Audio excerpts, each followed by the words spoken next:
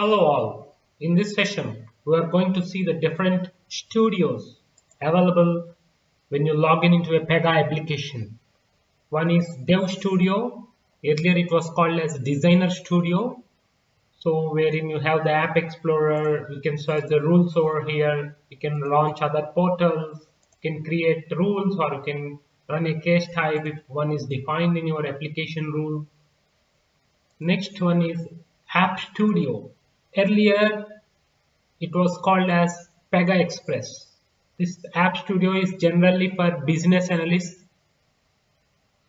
business process developers, Scrum Masters. So this is basically for non-technical people.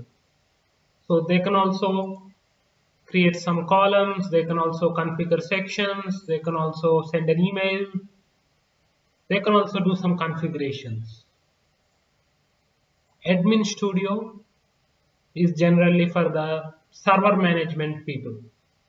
So when they do load balancing, how many nodes are there, server memory management, it is like for those kind of people. Coming to Prediction Studio, which is newly added, it is for artificial intelligence, NLP, machine learning, data science related stuff. It is added newly. It is still in the very early stage in Pega 8.6 as well. It is basically for data scientists.